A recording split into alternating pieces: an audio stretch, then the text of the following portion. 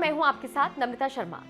भारतीय नस्ल के जो पशु पक्षी होते हैं वो कैसे एनवायरनमेंट के जरिए और उसके हिसाब से अपने आप को ढाल लेते हैं, ये सभी को आकर्षित भी करता है और अचंभित भी करता है। अब ऐसा ही एक किस्सा देश के प्रधानमंत्री नरेंद्र मोदी ने सुनाया तो हर कोई एक बार फिर से हैरान रह गया।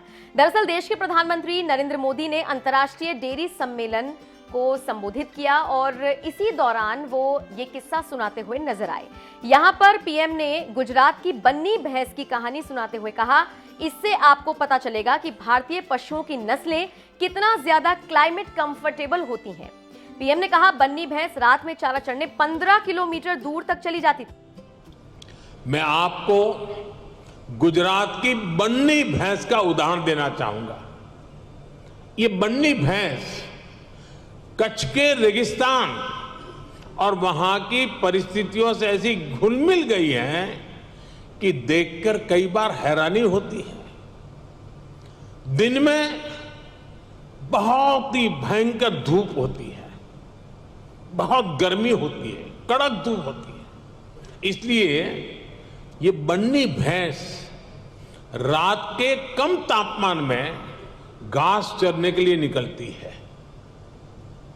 विदेश से आए हमारे साथी ये जानकर के भी चौंक जाएंगे कि उस समय बन्नी भैंस के साथ कोई उसका पालक, उसका किसान उसके साथ नहीं होता है। वो गांव के पास बने चारगांव में खुद ही जाती है। रेगिस्तान में पानी कम होता है, इसलिए बहुत कम पानी में भी बन्नी भैंस का काम चल जाता है। बन्नी भैंस रात में 10-10, 15-15 किलोमीटर दूर जाकर घास चरने के बाद भी सुबह अपने आप खुद घर चली आती है। तो पीएम मोदी ने जो बन्नी भैंस का किस्सा सुनाया, इसको लेकर लोग काफी ज्यादा हैरान हो रहे हैं। चलिए सुनवाते हैं आपको प्रधानमंत्री मोदी का ये बयान। भारत के डेयरी सेक्टर की एक और बड़ी ताकत है, एक और यूनिकनेस है, हमारी इंडिजिनस स्पीशीज। भारत के पास गायों की, भैंसों की जो स्थानीय ब्रीड है वो कठिन से कठिन मौसम में भी सरवाइव करने के लिए जानी जाती है। मैं आपको गुजरात की बन्नी भैंस का उदाहरण देना चाहूंगा। ये बन्नी भैंस कच्छ के रेगिस्तान और वहां की परिस्थितियों से ऐसी घुल मिल गई है कि देखकर कई बार हैरानी होती है। दिन में बहुत ही भयंकर धूप होती है, बहुत गर्मी होती है, कड़क धूप होती है। इसलिए ये बन्नी भैंस रात के कम तापमान में घास चरने के लिए निकलती है। विदेश से आए हमारे साथी ये जानकर के भी चौंक जाएंगे कि उस समय बन्नी भैंस के साथ कोई उसका पालक, उसका किसान उसके साथ नहीं होता है।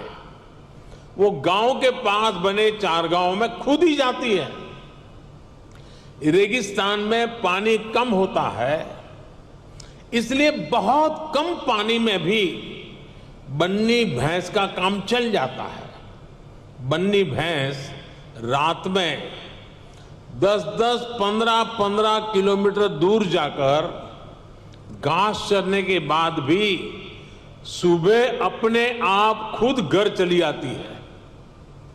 ऐसा बहुत कम सुनने में आता है कि किसी की बन्नी भैंस खो गई हो या गलत घर में चली गई हो।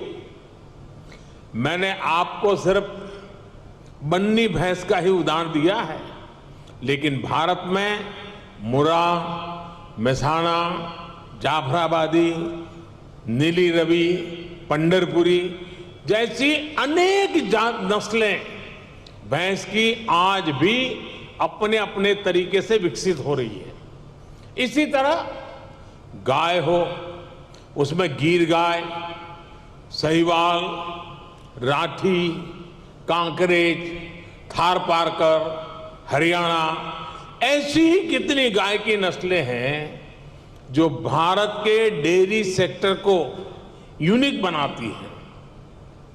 भारतीय नस्ल के ये ज्यादातर पशु क्लाइमेट कंफर्टेबल भी होते हैं और उतने ही एडजस्टिंग भी।